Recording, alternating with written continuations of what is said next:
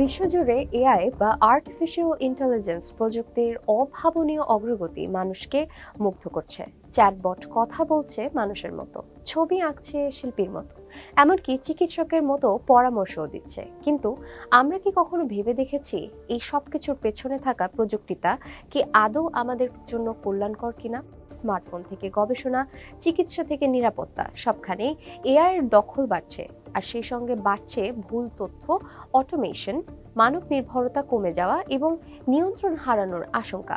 কেউ বলছেন এটি ভবিষ্যতের বিপ্লব, আবার কেউ দেখছেন সম্ভাব্য সংকটের পূর্বাভাস। এই রহস্যময় দ্বৈততার মাঝে প্রশ্ন ঘুরে বেড়ায়, এআই কি আমাদের জন্য আশীর্বাদ, নাকি অজান্তেই আমরা তৈরি করছি এক নতুন ঝুঁকির জগৎ? নোবেল বিজয়ী জিওফ্রে হিন্টন সতর্ক করে তিনি বলেছেন, আমরা এমন একটি প্রযুক্তি তৈরি করছি যা আমাদের বুদ্ধিমত্তাকে অতিক্রম করতে পারে। তিনি আরও জানালেন, যদিও এআই আমাদের জীবনে দারুণ সুবিধা এনেছে, নিয়ন্ত্রণ হারালে এটি অজানা ভয়ঙ্কর পরিণতি ডেকে আনতে পারে। একটি রহস্যময় ভবিষ্যৎ যেখানে মানুষ আর প্রযুক্তি একে অপরকে নিয়ন্ত্রণ করতে পারবে না, এটাই তার সতর্কবার্তার মূল বার্তা। এবার আমরা নজর দিব চারটি প্রধান এআই ঝুঁকির দিকে।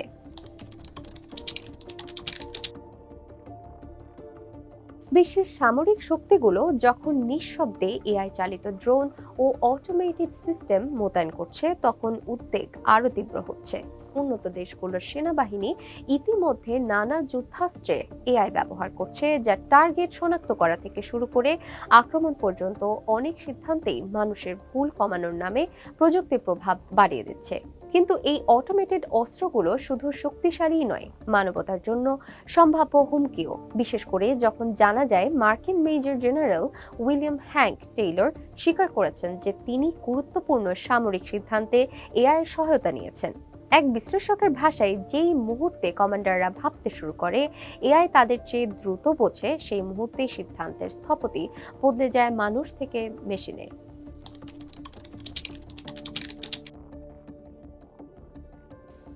বিশ্বজুড়ে ডিপফেক এবং ফেক নিউজের প্রমাণকে ভয়াবহভাবে বাড়িয়ে দিয়েছে এআই প্রযুক্তি। এখন মাত্র কয়েক সেকেন্ডেই কারো মুখ, কণ্ঠস্বর বা অঙ্গভঙ্গি নকল করে বাস্তবের মতো ভিডিও বানানো সম্ভব, যা ইতিমধ্যেই বহু সেলিব্রিটি, রাজনীতিবিদ এবং বিশ্ব নেতাকে বিব্রতকর পরিস্থিতিতে ফেলেছে। উন্নত এআই মডেল শুধু ছবি নয়, ভয়েস ক্লোনিংও করেও নির্ভুলভাবে মানুষের কণ্ঠস্বর নকল করতে পারে। ফলে নতুন কোনো তথ্য ছড়ানো, চরিত্র হনন, রাজনৈতিক প্রস্তাব বিস্তার এবং ব্ল্যাকমেইলের মতো অপরাধও দ্রুত বেড়ে চলছে। আর ভবিষ্যতে আপনার একটি সাধারণ সেলফি থেকেও তৈরি হতে পারে সম্পূর্ণ নতুন বিব্রতকর ভিডিও। বিশ্বজুড়ে মিডিয়া ও সাইবার বিশেষজ্ঞদের সতর্কবার্তা একটাই, ডিপফেক এখন শুধু প্রযুক্তি নয়, তথ্যযুদ্ধের নতুন এক অস্ত্র।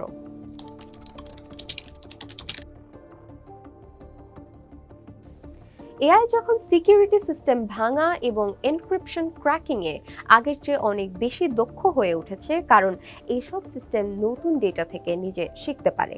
এই সুবিধায় বড় ঝুঁকির সৃষ্টি করছে অনেক ম্যালওয়্যার ও সফটওয়্যারের দুর্বলতা খুঁজতে। এআই ব্যবহার করায় প্রযুক্তিটি নিজেই দূষিত কোডের ধরন শিখে ফেলছে।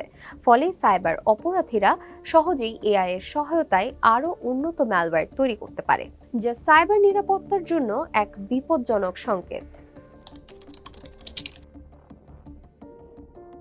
2019 সালে ব্রুকিংস ইনস্টিটিউশন জানায়, অটোমেশনের কারণে আগামী বছরগুলোতে 36 মিলিয়ন চাকরি ঝুঁকিতে থাকতে পারে। এআই অনেক ক্ষেত্রে মানুষের চেয়ে সস্তা ও দক্ষ হওয়ায় চিকিৎসা, জালিয়াতি, শনাক্তকরণ এবং অন্যান্য ক্ষেত্রেও দক্ষতা বাড়াচ্ছে।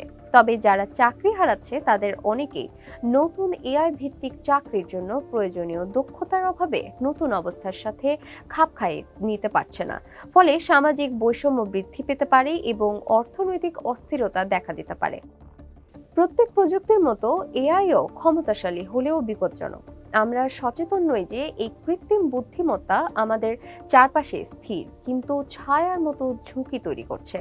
যদিও এআই আমাদের সক্ষমতা বাড়িয়েছে, তবুও অপব্যবহারের সম্ভাবনা সবসময় তৈরি থাকে। সত্যি এআই কতটা বিপজ্জনক হবে এই নির্ভর করছে আমরা এটিকে কোথায় এবং কিভাবে ব্যবহার করি।